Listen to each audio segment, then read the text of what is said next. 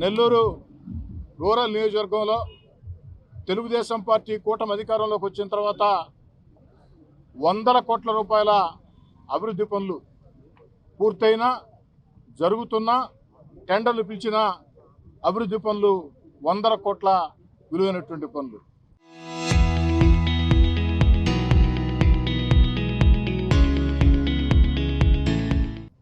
సుమారు 700 కోట్ల రూపాయల వ్యయంతో నెల్లూరు రూరల్ నియోజకవర్గంలో తెలుగుదేశం పార్టీ కూటమి అధికారంలోకి వచ్చిన తర్వాత అభివృద్ధి పనులు కొన్ని పూర్తయినాయి, కొన్ని జరుగుతూ ఉన్నాయి, కొన్ని టెండర్లు పిలిచి ఉన్నారు. మరి ప్రతిసారి కూడా ఈ అభివృద్ధి పనుల విషయంలో ఎక్కడికక్కడ ప్రజలను భాగస్వాములు చేయాలని ఒకేసారి అన్ని చోట్ల శంకుస్థాపన కార్యక్రమాలు, స్థానిక ప్రజల్ని ఆ శంకుస్థాపనలకి ఆహ్వానించడం, అక్కడ ఉన్నటువంటి తెలుగుదేశం, జనసేన, బీజేపీ నాయకుల్ని ముఖ్య అతిథులుగా ఆహ్వానించడం, కొన్ని ప్రత్యేక కార్యక్రమాల్లో ఇతర పార్టీ నాయకులను సైతం అభివృద్ధి కార్యక్రమాల్లో భాగం చేయాలా, ఎన్నికల వేళ వరకే రాజకీయాలు, ఎన్నికలు లేని వేళ అభివృద్ధి పదంలో అందరూ చేతులు కలపాలా అన్న ఒక మంచి ఉద్దేశంతో నెల్లూరు రూరల్ నియోజకవర్గంలో ఒక మంచి సాంప్రదాయంగా కొనసాగుతూ ఉంది. మరి ఈనాడు నెల్లూరు రూరల్ నియోజకవర్గంలో 168 పనులు, అక్షరాల 17 కోట్ల రూపాయల వ్యయం, 17 కోట్ల రూపాయల వ్యయంతో 168 అభివృద్ధి పనులు, రోడ్లు, కాలువలకి శంకుస్థాపనలు చేసుకున్నాం. ప్రతిసారి కూడా మీకు తెలుసు, గత 2 ఏళ్లుగా శంకుస్థాపన చేసిన రోజే పూర్తి చేసి ప్రజలకు అందించే తేదీ చెప్పే సాంప్రదాయం నెల్లూరు రూరల్ నియోజకవర్గంలో ఉంది. అందుకే ఈ 168 పనులు కూడా ఈ 17 కోట్లతో చేపడుతున్న 168 అభివృద్ధి పనులు 60 రోజుల్లో ఖచ్చితంగా పూర్తి చేసి ఎక్కడికక్కడ ప్రజలకి అందిస్తామని ఆనాడు ప్రారంభోత్సవ కార్యక్రమం ఉంటుందని ఈనాడు శంకుస్థాపన కార్యక్రమం తెలియజేస్తూ ఉన్నాం.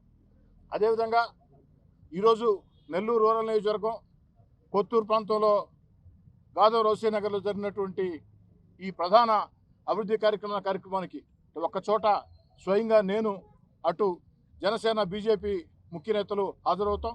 అందులో భాగంగా రావటం జరిగింది. అయితే భారత ప్రధాని నరేంద్ర మోడీ గారు, రాష్ట్ర ముఖ్యమంత్రి నారా చంద్రబాబు నాయుడు గారు, ఉప ముఖ్యమంత్రి పవన్ కళ్యాణ్ గారు, యువనేత నారా లోకేష్ గారు ఇచ్చినటువంటి ఇంధన పొదుపు చర్యల్లో భాగంగా అది క్షేత్రస్థాయిలో కూడా ప్రజల్లో కూడా వెళ్ళాలా, ప్రజలకు చెప్పే ముందు మనమే పాటించాలా అన్న ఉద్దేశంతో భారత ప్రధాని నరేంద్ర మోడీ గారిని, రాష్ట్ర ముఖ్యమంత్రి చంద్రబాబు గారిని, పవన్ కళ్యాణ్ గారిని, నారా లోకేష్ గారిని స్ఫూర్తిగా తీసుకొని స్థానిక శాసనసభ్యుడిగా ఈ బైక్ మీద ఇక్కడ స్వయంగా హాజరు కావటం జరిగింది. మామూలుగా ఈ కార్యక్రమానికి ప్రధాన కార్యక్రమం కాబట్టి హంగు ఆర్భాటాలతో సహజంగా పార్టీ నాయకులు, కార్యకర్తలు ఉత్సాహంగా చేస్తూ ఉంటారు. అదేవిధంగా ఈ కార్యక్రమానికి ఒక ప్రధానంగా పెద్ద ర్యాలీగా రావాలని కూడా ముందుగా భావించాం. కానీ ఏదైతే రాష్ట్ర ముఖ్యమంత్రి చంద్రబాబు నాయుడు గారి సూచనల మేరకి ఇంధన పొదుపు చర్యల్లో భాగంగా ఆ యొక్క భారీ ర్యాలీని రద్దు చేయడమే కాకుండా బైక్ మీద ఒక్కడే ఒంటరిగా రావడం జరిగింది.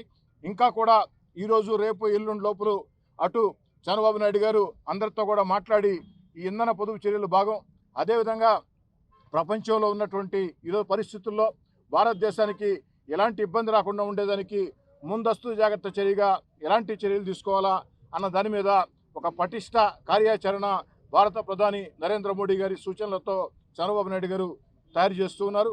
వారు తయారు చేసిన తర్వాత వారు చేసినటువంటి ఆ కార్యాచరణ పథకాన్ని ఏదైతే ఆ యొక్క దుబారా ఖర్చుల విషయం కానీ, ఆ యొక్క ఇంధన పొదుపు చర్యల విషయం కానీ, వీటన్నిటి కూడా క్షేత్రస్థాయిలో ప్రజల్లో కూడా తీసుకెళ్ళి దీన్ని ఒక ప్రజా ఉద్యమంలాగా తీర్చిదిద్దుతానని చెప్పని నెల్లూరు రూరల్ శాసనసభ్యుడిగా మాట ఇస్తూ ఉన్నాను.